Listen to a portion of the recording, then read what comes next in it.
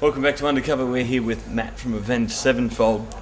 Now, Matt, the band over the years has been trying out every kind of different sound that you could possibly think of in metal and pop and punk and all of that thrown into one. But it sounds like now with City of Evil that you've just nailed the sound.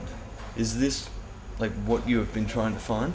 No, absolutely not. The next record's going to be completely different, and every record whatever's inspiring us at the time, we write for that, and we just do whatever's in our hearts at the time. Whatever we sit there and write comes out. And I think we've had a lot of new influences on over the last year and a half while we've been touring on City of Evil, and we're happy with how City of Evil came out. We're happy with Waking the Fallen. We're happy with all of our records, but the new record will even be more different because we just don't want to ever get stuck in a mold and write the same record over and over. How's it going to be different? It's hard to say, but there's going to be a lot of different production value, like stuff I don't want to get into just because I want to test it out first to see if it works before you start throwing bold claims out there. But we've listened to a lot of different stuff, a lot of country influences, a lot of production influences, just like with stuff that Scott Storch is doing and a lot of hip hop producers are doing.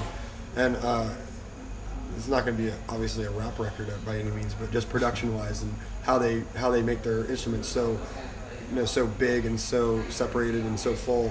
We want to try to work some of that stuff into the new album instead of oversaturating everything with so many guitars and so much overdubs. Kind of separate it a little bit. So have you started recording that?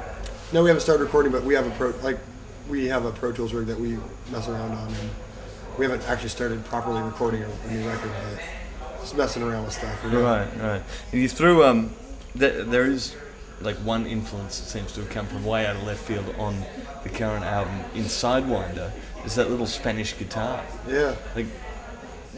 What kind of things are you guys listening to when you're coming up with something like that? I don't know, man. I wouldn't say there was any musical influence on that. It was more of a feeling. I mean, we're from Southern California and traveled down to Mexico a lot, and a lot of that Latino style stuff, I guess.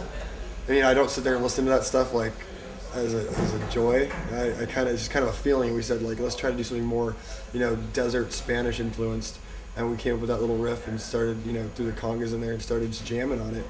And we were talking to with Sin and his dad, and they started jamming out solos, and we just started making this Latino type, Spanish type feeling, and we just went with it. Yeah. We liked it. We liked how it sounded. We liked how it made the song feel.